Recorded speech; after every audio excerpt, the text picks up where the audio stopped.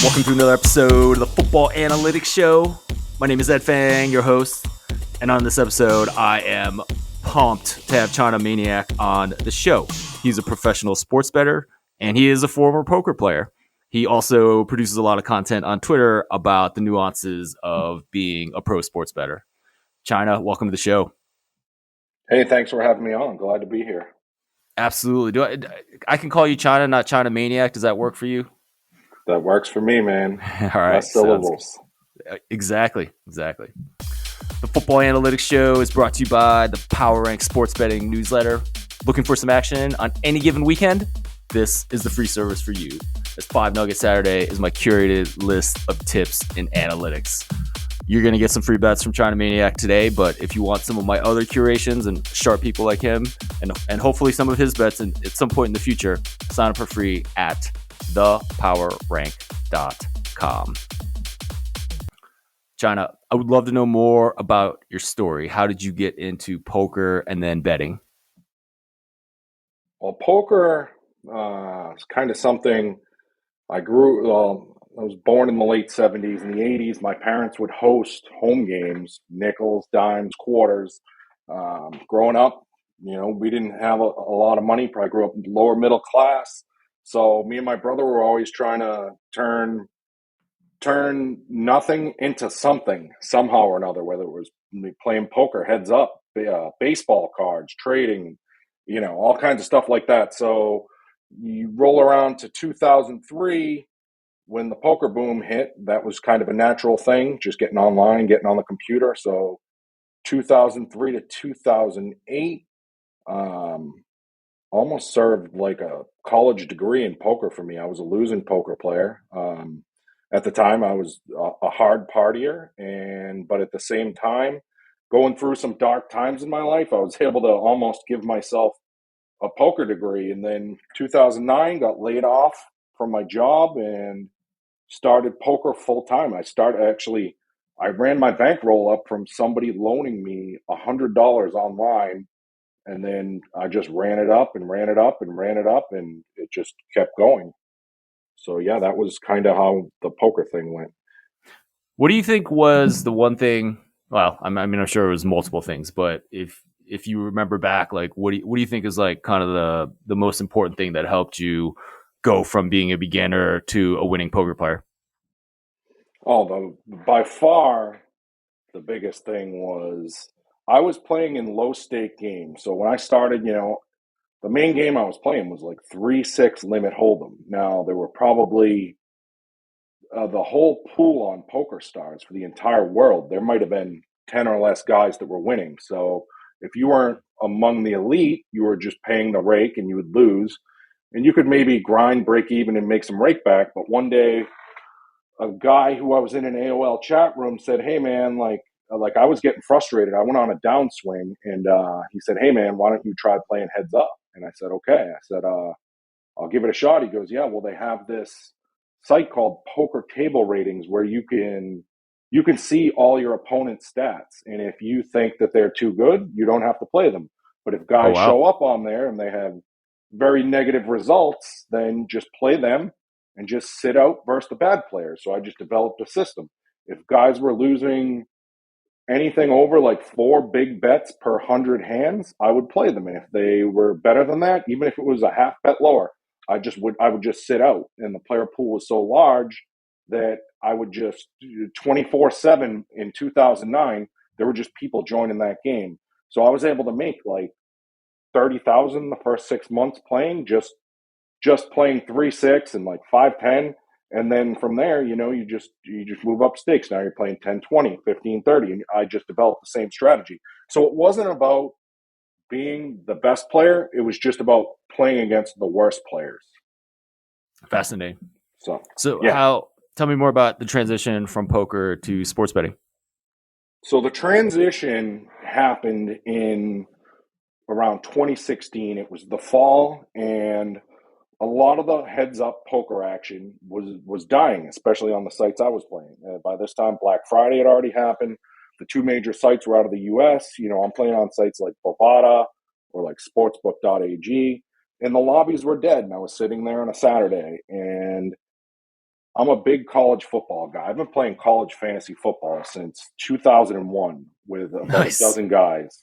Wow. Yeah, with about a dozen guys. So I knew basically, I knew all the coordinators, the coaching changes, all that stuff, that kind of helped. But I was on Bovada one day and I just said, oh, let's look at these props. One of my friends that was always telling me, like, dude, you got to do Super Bowl props. It's so easy, this, that, and the other thing.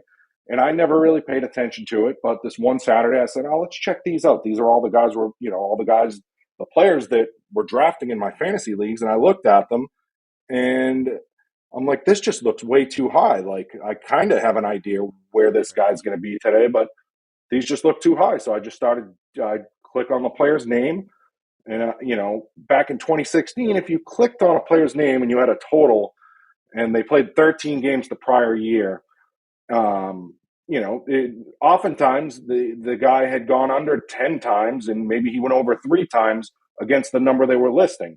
And back then, also, there was no transfer portal. So everything was kind of the same. I mean, some years guys would take leaps and they'd get much better. But across the board, if you're playing 50 or 60 of these guys on a Saturday, you're playing all unders, you're getting 70 to 80% trends on guys going under. So I just started betting all the unders. And then I realized, if you're getting 70% trends on the overs, they're probably not hitting at as high of a clip as the under for various reasons. So that's what I did. And it was just that easy. You were just able to go in and just find these trends because the lines were just so bad back then. And they were just set so high. I assume it was either because they couldn't set them right or the people that were betting them were just betting on the overs. Right, for sure. Awesome. Let's well, actually first, I mean, how's that evolved from 2016 to 2024 in Okay, terms of the market? oh, it is much, much harder now. I mean, like back then they put something out and it was a little different because everything would come out on Saturdays, an hour before the noon games. You would get like the Oh, noon games, wow. and then Okay.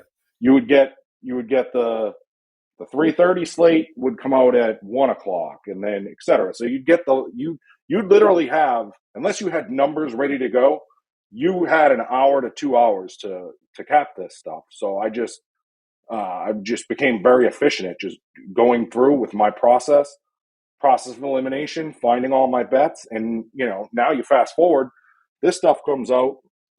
Some of it's coming out Sunday nights for Saturday, so it's a more long drawn out process as far as getting everything in. But at the same, it's so much tougher now. The lines are so much better. The competition is so much better. The college props they're not in a lot of states, but which kind of helps. But the states that they're in, there's some other specialists there. So the lines seem to move a lot faster now. So my process has changed a little bit just by the fact of I can't just log in anymore and say, all right, this guy played, 10 games. He went under 9 times. I'm just going to bet the under. It doesn't work that way anymore. So there's a lot of little nuances that I don't really want to get into, but Of course it's not. just a Yep. process of elimination on how I'm going to get to the correct number, whether it's right or wrong, whether they're making the right or wrong. Excellent. Obviously, don't want to ask you to give away everything, but what does the process in 2024 look like for college football props? I think I kind of just hit it. It's just I go in and I just kind of go by process of elimination on what data I feel is valuable. You're not dealing with huge data sets because like even now going into the championship game, you have what 14 games played, or 15 games played. So going in here, I feel like you just got to go in and pick and choose the data that you think is relevant for whichever team is playing the other team, and you just got to kind of narrow it down until you figure out where you think a number should be or where they're making mistakes. I will say that 2016 to 2021-ish, you're betting so many unders. We find ourselves, we're not betting a ton of overs, but we're betting more overs now just because the market's getting a lot more efficient and it's coming back to maybe like a neutral point where we're going to maybe take some shots on some overs in some spots. For sure, and you do have like if you have a really good offense versus a really terrible defense, I think the over kind of makes sense, right? I mean, is that kind of the type of situation that you're looking for? Yeah, something like that. Or if, a certain team is playing a certain defense and you know that, maybe like the Jeremiah Smith thing a couple of weeks ago against Oregon, they're going to play man to man. If you know they're going to play man to man, then maybe you take a shot on an over like that. Or sometimes they just don't get the lines right. And you look at it and you're like, this can't be right. I can give you an example this year, like Carnell Tate. Like they were listing Carnell Tate at like 30 yards like earlier in the season every week, and he would just go over every week. So stuff like that, sometimes they just can't get them all right. So if something sticks out, then maybe you'll ride it a little bit. Jeremiah Smith in the Rose Bowl was the best bet ever. They were actually talking about it on the Cover 3 podcast, which I listened to, and they were talking about Jeremiah Smith under 70 and a half. And that just got me interested. And you don't really have to dig through the numbers too much to realize it was actually the over that was probably the valuable play there. Just looking at some numbers, and then of course, I mean, he has definitely lived up to his elite talent status over the course of this year, right? We get into the Sure. game, and obviously, I mean, it went over in the first quarter. It was the most lovely prop of the season, which is over, Yeah, which is and always. yeah, and even last week against Texas, we were big on the under there. That got driven up to like 90, and we knew how good Texas's secondary was. They were very good against the pass, and we just knew they weren't going to die on the hill of letting Jeremiah Smith beat them after what just happened the week before. And they had a good athlete covering them, and that worked out pretty good.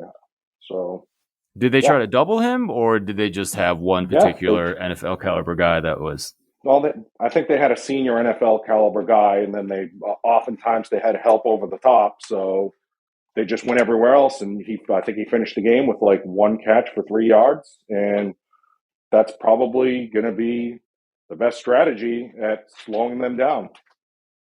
Absolutely. You know, just limit the big plays, keep everything in front, and hope they make some mistakes. China, is there a national championship prop bet that you would be willing to share with us? Yeah, sure. There's one play we liked a lot. I think it opened at 21 and a half receiving yards. Might have opened at 16 at some of these softer prize books, but it's Aeneas Williams. I think he's the third down back for Notre Dame, and it opened at 21 and a half. We were leaning under there, and then a guy he's a pretty good prop better. I think he released the over on his Twitter. It went up to like 26 and a half. And when it hit 26 and a half, yeah, we've been working on that a lot of the week. So I think Aeneas Williams under 26 and a half, maybe down to 24 and a half is a good play. We feel like Jim Knowles is probably going to try and keep, just like I just said, keep everything in front, limit, just take away the middle of the field and see if Notre Dame can hit the one-on-ones on the outside, and they'll rely on their corners to maybe play one-on-one on the outside. We think that's the most likely thing there. And even if that doesn't happen, we still don't feel like he's a lock to get up that high. I mean, I think the bulk of his damage last week was in the 2-minute drill, not even with Riley Leonard in the game. I think it was Steve Angeli playing quarterback, and he hit a couple of big passes in the 2-minute drill going into halftime. So we'll see what happens there. Do you think there's an issue of just pure snap count for Aeneas Williams? I mean, I presume he got more snaps in the semifinal game because Jeremiah Love was dinged up, didn't get his usual number of carries. And, Right. Love doesn't have an injury designation anymore. He was clearly healthy enough to hurdle someone in the second half, which, kind of funny that the announcers were like, oh, Love can do anything but hurdle someone. So do you think that is part of the logic as well? Yeah, that certainly could play into the role there. I mean, or if they do get their ground game working, or if they do catch a lead, and if pounding the ball is working, then yeah, his snap count it could be diminished if they're not coming from a negative game script. So yeah, that's certainly a possibility. And then the second running back price. Like I know a lot of people like his over in this game. He could get a pretty big workload as well. So the snap count could be an issue there. For sure, for sure. You talked a little bit about Jeremiah Smith, the going over in the Oregon game, going under in the Texas game. I believe his receiving prop is in the mid 80s. Last time I checked. Where do you have an opinion on that, or is that properly priced in the market? We feel it's properly priced, but I would lean under. We don't have anything on it now, but this was kind of the case of what we did last week. We waited till game day. I don't think it was a lot of sharp money that drove the price up. I think it was just a lot of late action coming in. People saw what he did the week before, and by the time the game kicked off last week, he was. I think we might have got him low 90s some places. So, and that opened at I think 78 or 79. Yeah. So Yep. that's something where we're probably going to monitor all the way up until kickoff. And if it gets to a certain number, then we may put some action in on his under. So the Jeremiah Smith going from 78 or whatnot to the mid 80s, you feel like that was not sharp money. So having closing line Not that I value. know of. Yeah, Yeah, not that I know of. I didn't know. I know a lot of guys that play this market, and nobody really had anything on that. I just saw how high it got. I was getting like mid to high 80s plus money, and then I think I scored some low 90s on it, and we just felt it was a good spot where they're playing against a pretty elite defense, pretty good corner, and there was just no way that was going to repeat. for So sure. just have to monitor. It's almost like the Super Bowl. Sometimes with the Super Bowl, hour before game time, you could walk into a casino or log onto an app, and you're going to see some crazy numbers. Although it's not as crazy as it was in the past, but you could see that potentially getting out of control by Monday night with all the public money coming in, and that goes for all these star players. I mean, they all could go up 5 to 10 yards in certain spots on certain players. Right, for sure. The stars. So, well, yeah, for sure. Notre Dame played a lot of man against Penn State, like single high safety, and that worked because Penn State doesn't really have elite receivers. Do you think they're going to play the same type of man against Jeremiah Smith No, in Ohio State? I don't think so. No, I talked to my DC buddy, and like they're just going to have to mix it up. And I think what Freeman's a defensive mind, and I just don't think they're going to want to die on that hill.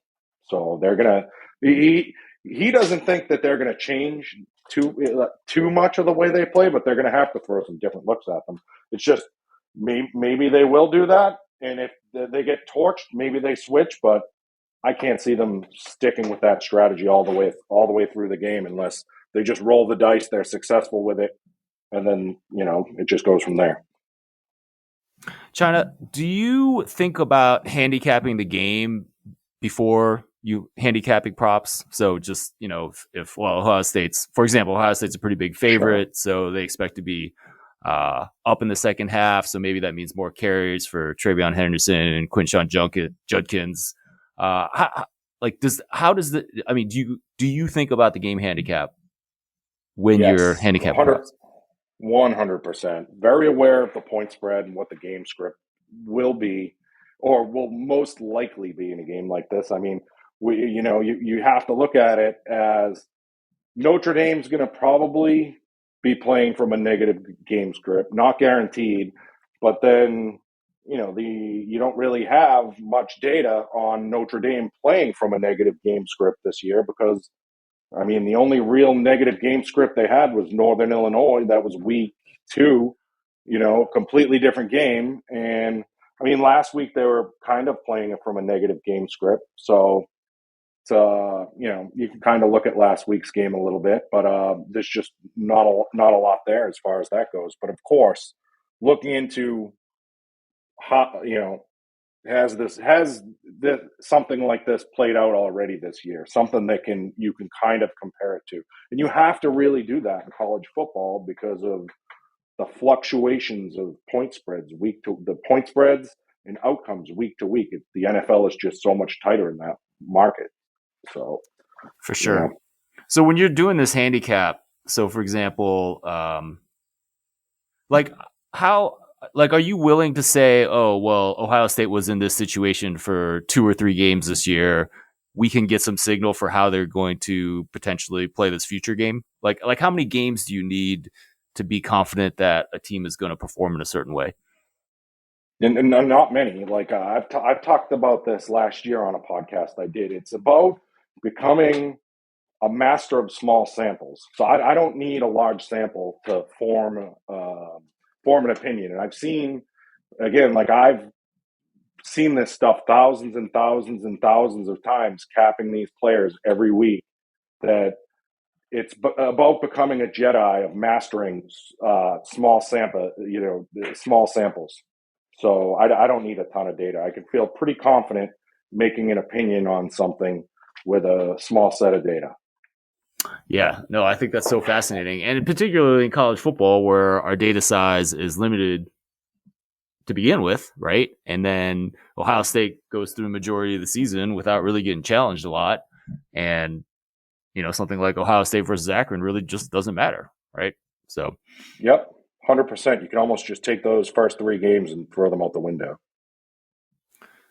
China, you have also done a lot of nice long form content on social media, on X.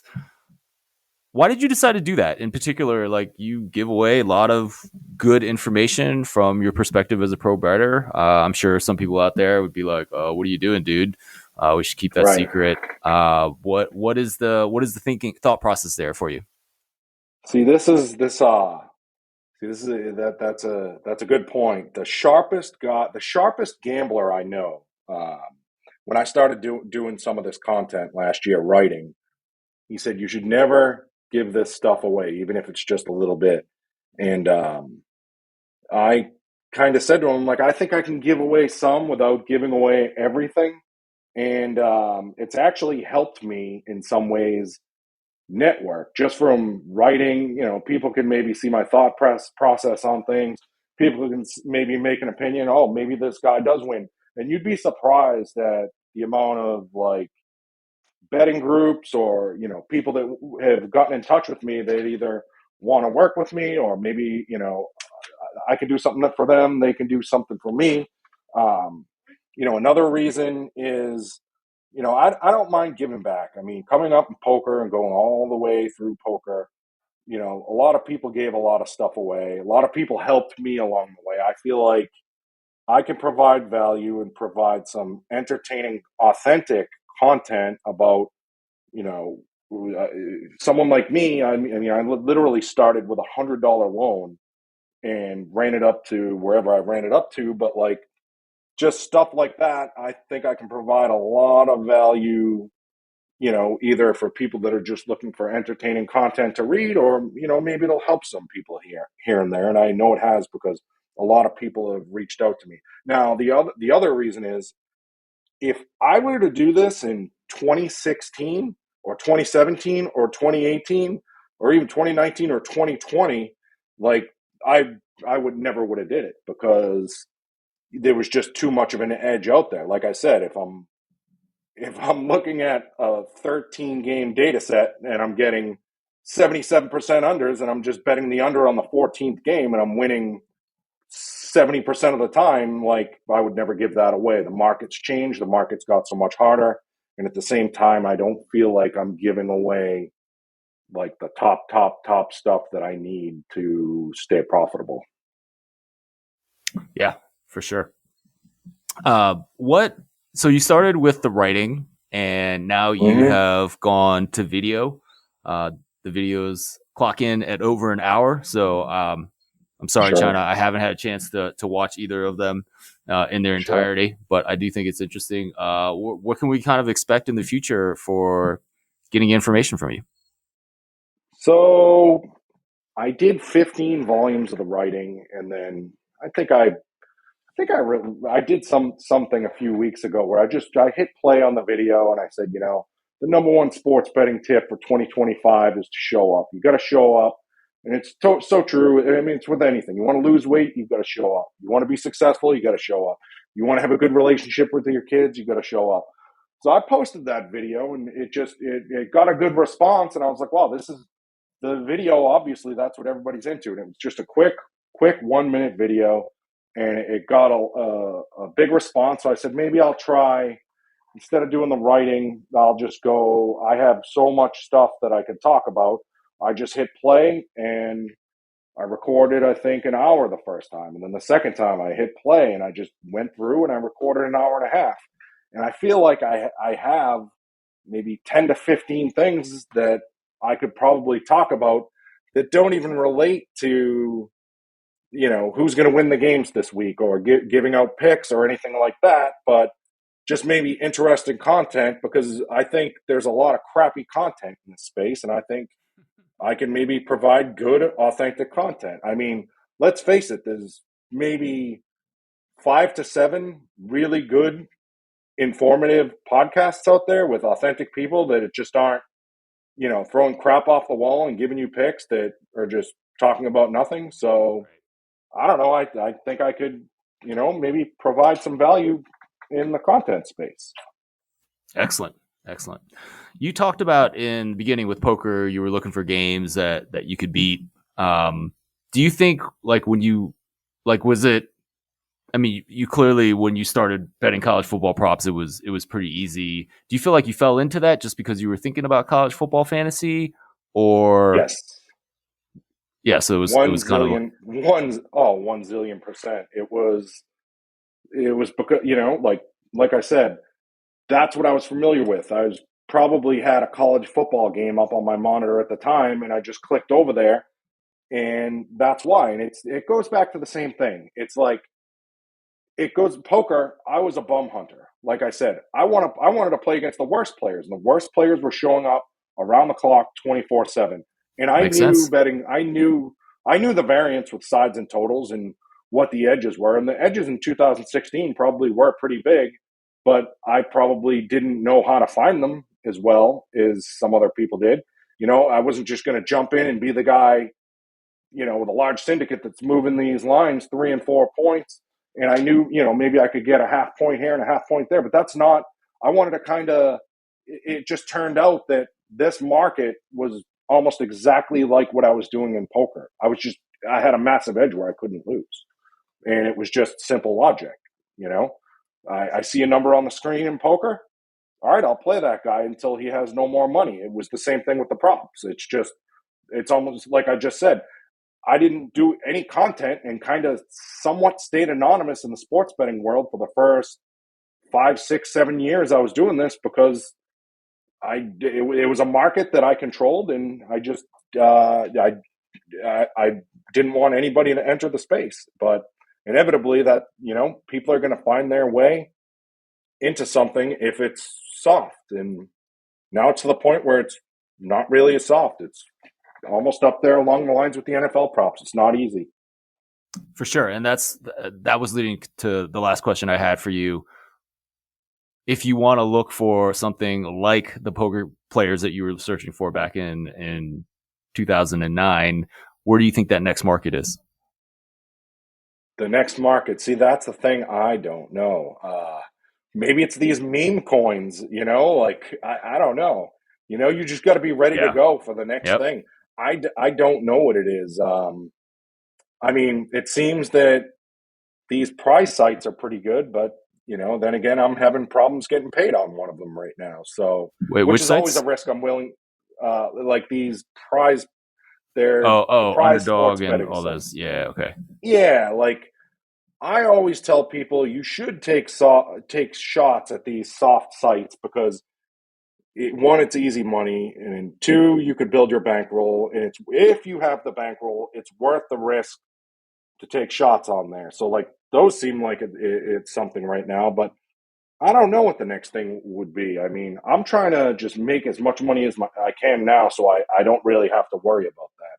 And I feel like I have enough experience over the past 16 years doing this that I would never jump into something like without knowing that I have that edge, or I wouldn't take it too far if I wasn't sure if I didn't have the edge. But I feel like I have the ability to kind of see if there is an edge in something, just based off how I found these two edges. The poker and the sports betting was just easy stuff.